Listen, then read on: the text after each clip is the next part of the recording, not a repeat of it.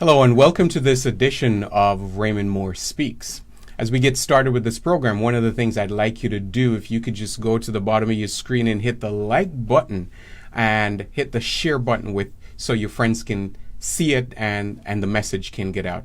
I want to share with you today a topic that I believe it's something that creates all kinds of issues with people. It is a topic that I believe that for so many people, it limits their ability to move forward. It kills their destiny, so to speak. And this is called procrastination. Procrastination, ladies and gentlemen, is a destiny killer. No matter how you look at it, if you procrastinate over and over, it will cause you to deviate significantly from the goals that you set out in the beginning. So one of the reasons why people procrastinate is simply this. There's a lack of self-imposed deadlines, no structure, if you will, in someone's life. So if you don't set deadlines, if you don't set a system where you impose these things on yourself, a deadline to get something done, you know what can happen is you will reach a point where that thing that could have been done a long time ago now becomes critical. It's now at a point where it's do or die. And so that lack of deadline in your life where you drew a line and you basically said, I'm going to get this thing done at this particular time, which means you have to start at a certain point. You have to have checkpoints along the way. If you don't do that, then you reach a point where the deadline is right on the horizon. And instead of you now wrapping things up, you're now at a point where you're scrambling to get something done. And so if you lack the discipline to tell yourself that you're going to get something done within a certain time and then get started, that becomes a problem. And another reason why people procrastinate is they have no structure.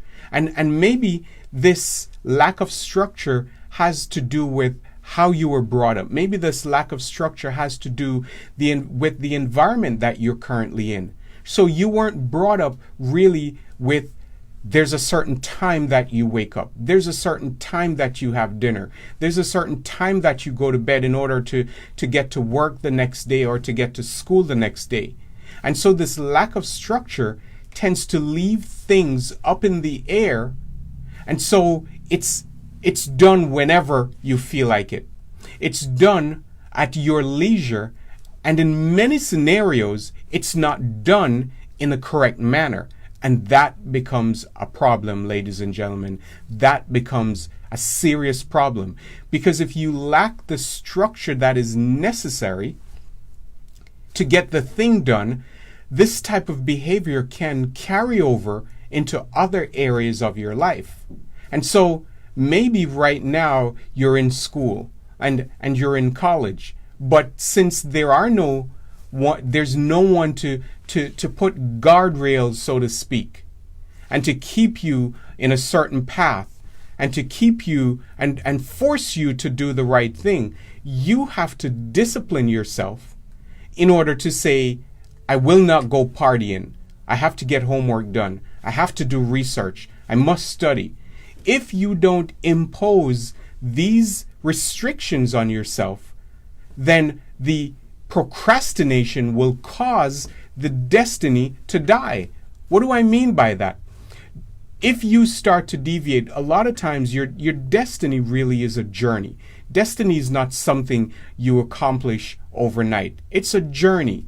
And so if procrastination sets in, then what happens is as you move in life, you may not necessarily be moving forward towards your destiny. You may actually be moving away from your destiny to the right or to the left.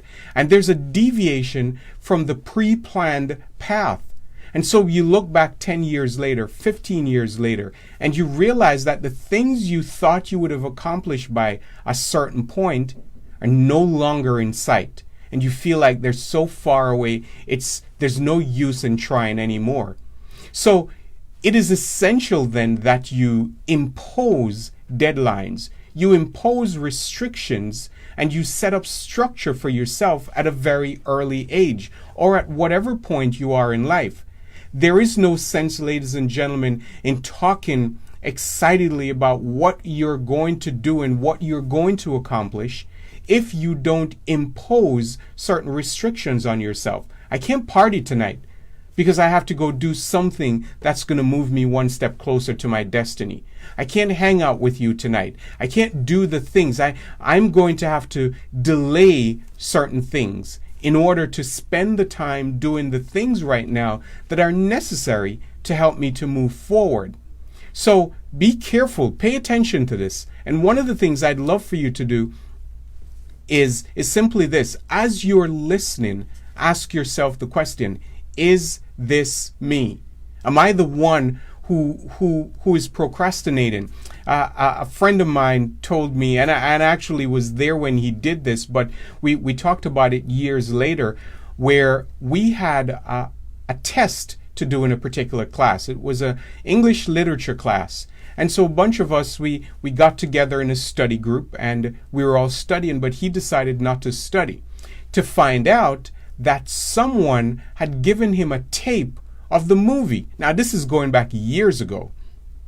And some of you may have never heard of videotape or VHS, but somebody gave him a copy of the VHS. And so what he did the night before the test, what he did, he watched the movie and came to class the next day and told us how he stayed up till early in the morning doing a number of practice tests. And so he did that for a while. And so here we are in the test, and teacher hands out the test and everyone's doing their thing. And, on occasion you'd kind of look up to see what's going on. The class is silent. All you can really hear is just papers.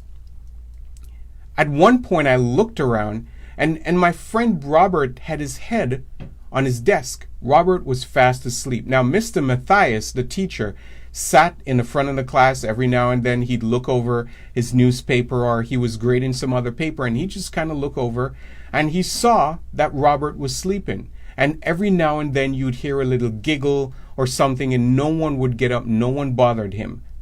And someone threw a little spitball or something at him. He never budged. So at the end of the session, Mr. Matthias told everyone, put your papers down, put your pens down, and he collected all papers. And Robert heard the shuffling and the noise, and now kids are starting to talk, and he got up. He had finished 50%. He had finished 50% of what he did. And by the way, at the end, when Mr. Matthias gave us our papers back, it turned out that almost everything he did up to that point was correct. And so here's the point. Robert fell asleep in class. Why? Because he procrastinated. And instead of spending the time before and ensuring that he was properly prepared, he waited till the last minute. Now, don't do that in life, ladies and gentlemen. Don't wait till the last minute, because life will leave you behind. If you're a last minute person, life could easily leave you behind. The other thing I want you to think about is simply this. A lot of times when procrastination sets in, we focus instead on the immediate self-gratification. We focus instead on the immediate quick fix, so to speak. And so picture yourself at work. You go in early, you got some things to do, you have an important meeting coming up, so you go to work an hour or two early, and instead of immediately getting to work and getting things done, you go on Facebook and you start checking Facebook, and you're scrolling through Facebook and you're scrolling through Instagram, and next thing you know, 15-20 minutes go by. You get a call from a friend who you haven't talked to in a week, or you see someone who's on social media and you reach out to them, not realizing that what you are really doing is you've just made that decision to pivot from the task at hand to something that brings short-term gratification.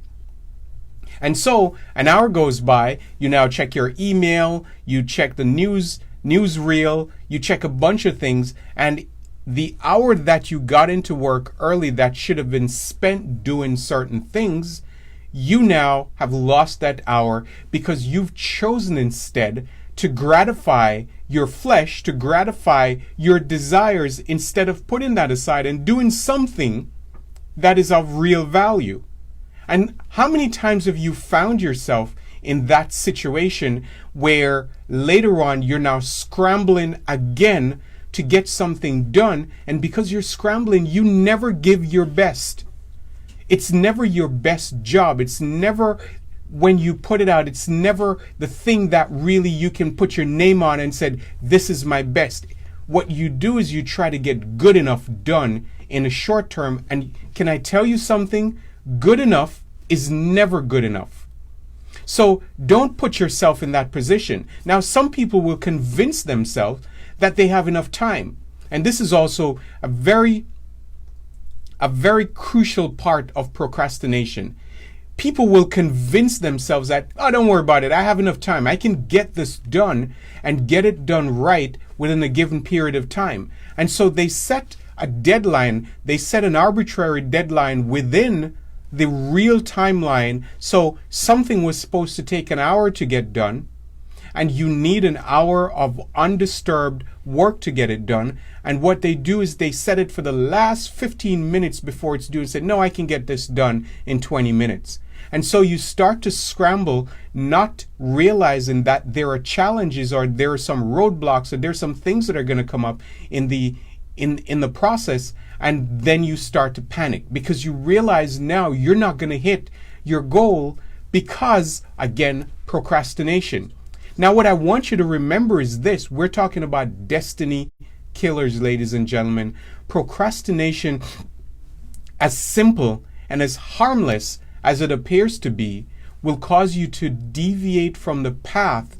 And years later, when you look back, the thing that you thought you would have accomplished didn't happen.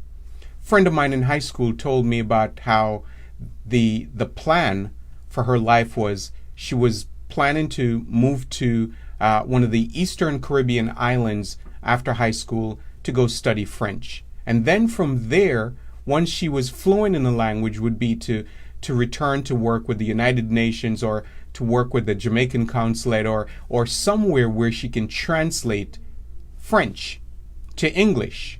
Now, we all did our high school, we said our goodbyes, and some people went abroad, some people stayed in Jamaica, other people moved to different areas of the country. And many years later, when I connected with this friend of mine, my friend was working at a basic school, and there's nothing wrong with that, by the way. And when I asked about the French class, when I asked about what was the plan and what happened, all I got was excuses, excuses, excuses.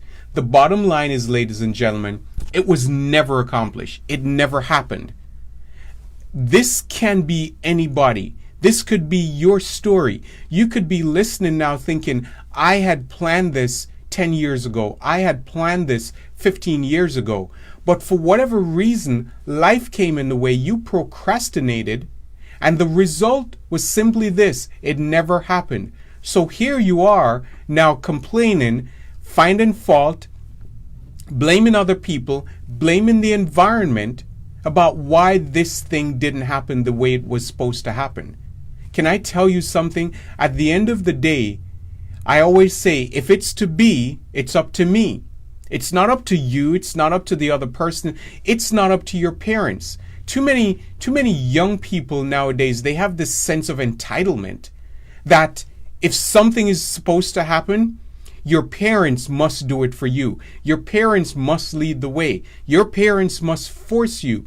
While you continue to drag your feet, you procrastinate, you complain, you criticize, you find fault with everything. You're in an environment now where you cannot afford to do that, because someone else who's not procrastinating, they're going to eat your lunch.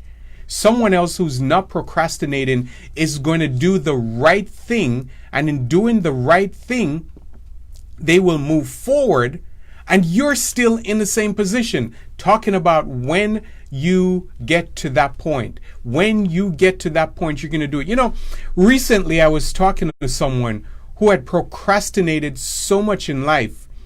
He started telling me about high school, the best 5 years of his life, and I started laughing. And the other guys who were standing around didn't get the joke because he got kept back 1 year.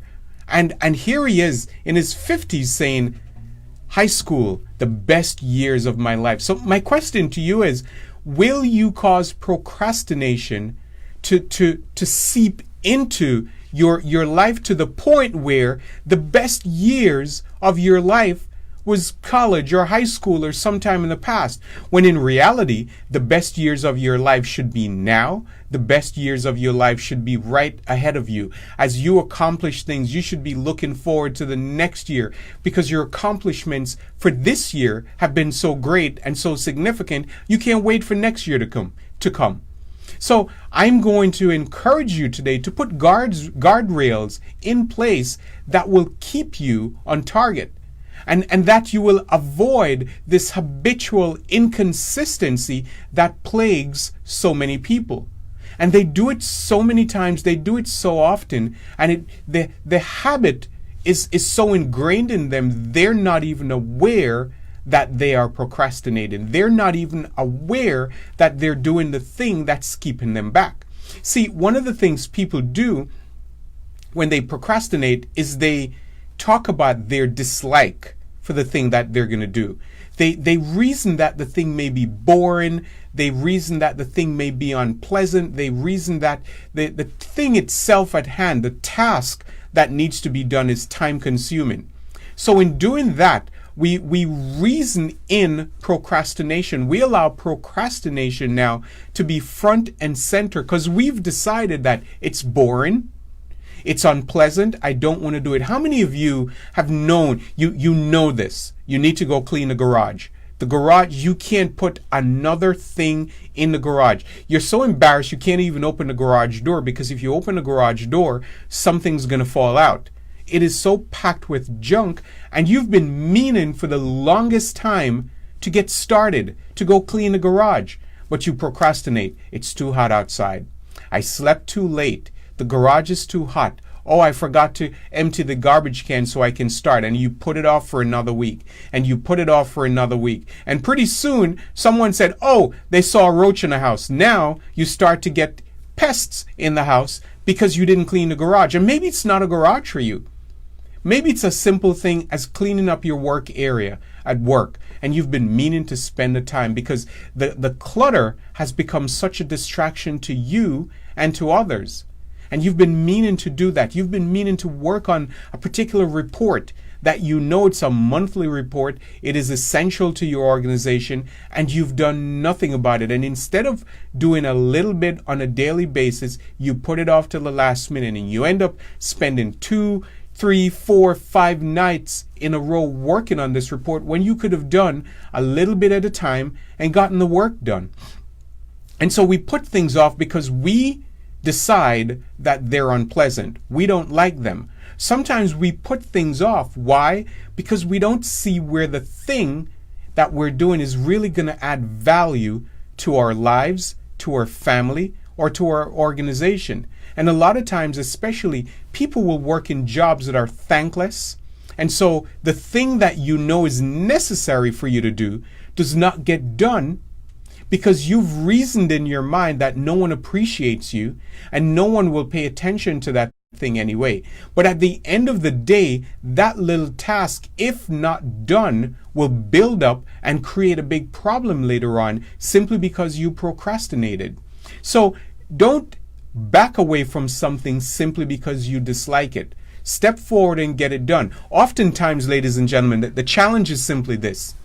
In your mind, it's like there's a button or a switch that's going to decide right there and then if you're going to do the thing. Right there and then. Sometimes if you take a second to go in one direction, you're either going to do it or you're not going to do it. You have such a small window to decide if you're going to do it or not. And if you decide not to, then you put it off, and that habitual inconsistency will now be perpetuated. Don't put things off because you don't like them. How many times have you seen people, oh, I'm going to lose weight. I'm going to start to exercise. And so the day they planned to start, it was raining outside, so they decided not to. Or the day they were planning to, it was so hot outside, there was a heat wave, so they decided not to, and they put it off for another day. Some of you listening have been putting off maintaining a budget for the longest time. And because you've done this for so long, you have no idea where your finances are. You don't know how much you pay. You simply know that you pay bills on a monthly basis. You can't tell if you're getting out of debt or you're growing in debt. If someone was to come to you and say, how much money do you owe, and I'll pay it off to the penny, you would probably guess because you don't have any idea. So don't put those things off that are important. Don't put them off because they're unpleasant. Set time, put time aside to get these things done. One of the things that we do is we often reason that we're not good enough, and so we procrastinate. How many times have we done that? I'm just not good enough. I'm not smart enough. I'm not pretty enough. I'm not intelligent enough. I'm not skillful enough. And so many times I've seen young people, well, why aren't you on the swim team? Because I'm not such a good swimmer. And they say stuff like that. Well, why aren't you on the debate team? I don't talk very well. Well, would you like to be on the debate team? Yes, but.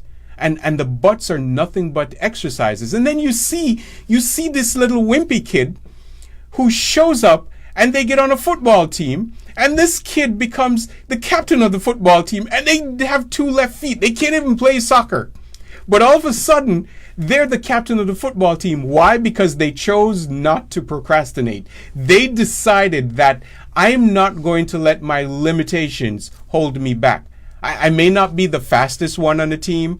I may not be the most coordinated one on the team, but I'm going to show up, and my attitude alone is going to get me to the top.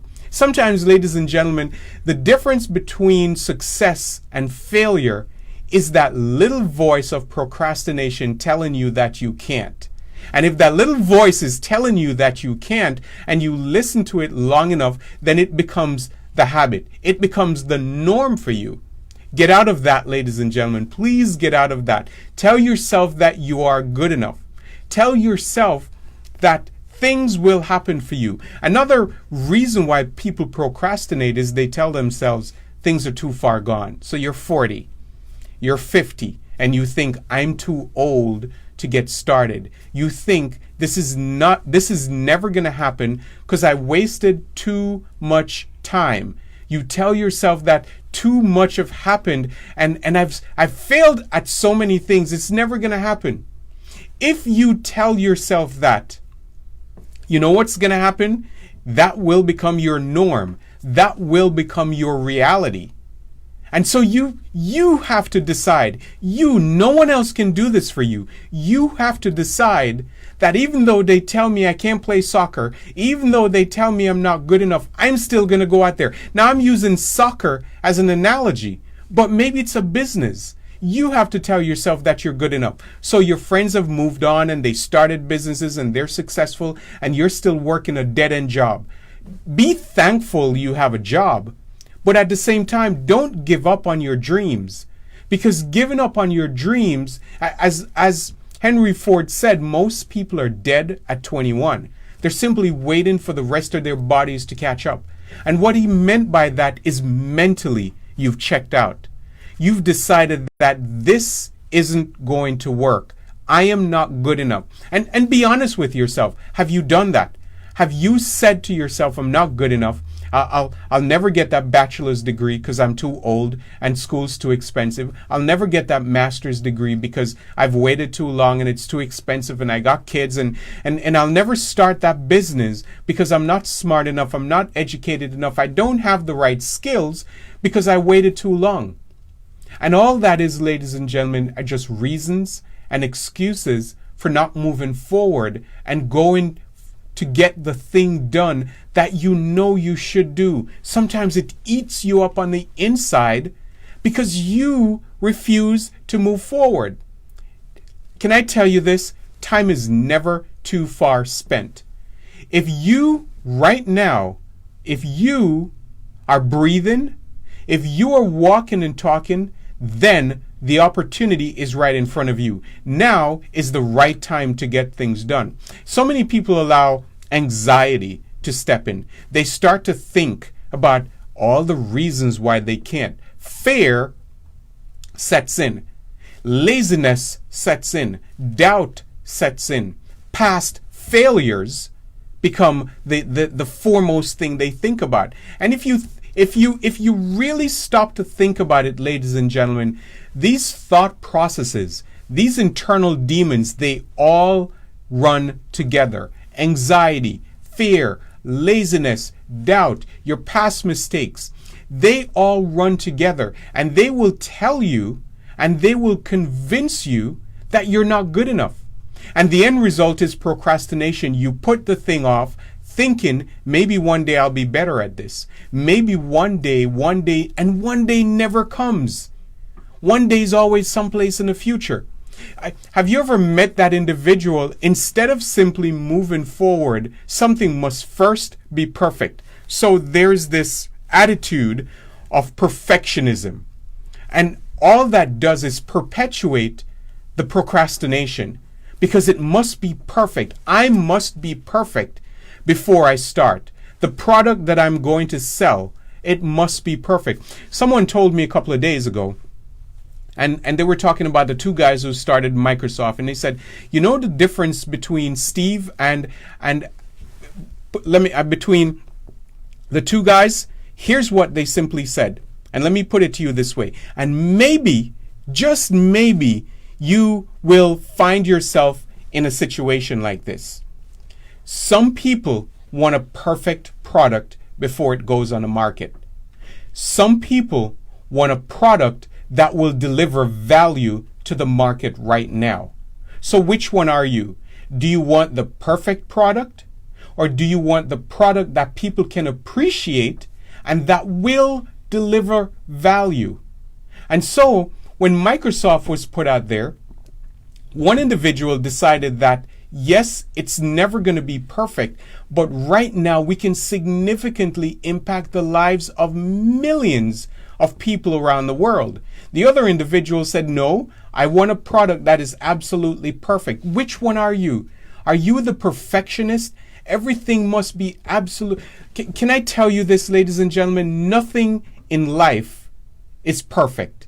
You're never going to find the perfect spouse. You're never going to find the perfect job, the perfect neighborhood, the perfect school. You're never going to find anything that is absolutely perfect. And if you find a scenario or a situation that is perfect and you become a part of it, the moment you become a part of it, it's no longer perfect because you are not perfect. So don't allow perfection to jump in and cause you to procrastinate and push the thing off down the road. I was listening to a gentleman online recently, and he was talking about a book that he had written, and it was a bestseller. And so he was at a conference talking, and someone came up to him and said, dude, I read your book. The book's good, but guess what? It's filled with grammatical error. And he said, yeah, but it's a bestseller. And the guy kept saying, but your book has these grammar errors. Did you proofread? Did you? He says, yeah, but I got the point across, and the book is a bestseller. So do you want to keep your bestseller here because you're working on making it perfect, or do you want to put your bestseller out there and positively impact the lives of other people? You see, one of the things we do, we focus on the things we like, and we don't focus on the things we don't like. And oftentimes, ladies and gentlemen, it's the things that we don't like that will help us or propel us to the next level. And so our focus now deviates from what we should be doing. And that's procrastination. I can't talk enough about this, ladies and gentlemen, about why procrastination is a destiny killer. It's a silent killer. And too often we don't talk about it. We don't bring it out in the open. We just kind of let it sit the way it is. And before you know it, your life just goes down a drain, and another year passed, and another year, and 20, 30, 40 years later, you've accomplished little to nothing. Why? Because you've procrastinated. So here's one of the things I want to say before I close this out. Stop procrastinating. Because if you procrastinate, it's oftentimes the people who know you best who will know that you're procrastinating. Because you can go out there, you can dress good, you smell good, you speak good, you say all the right things, and you can fool some of the people. As they say, you can fool some of the people some of the time, but you can't fool all the people all the time. Most importantly, stop fooling yourself. Stop fooling yourself into thinking that by pushing the thing further down the road, the right situation, the right scenario will pop up out of nowhere, and then it's going to happen for you. Get started today with your dreams. Eliminate the destiny killer called procrastination, ladies and gentlemen, and make your life happen today. Have a fabulous Saturday, and thank you.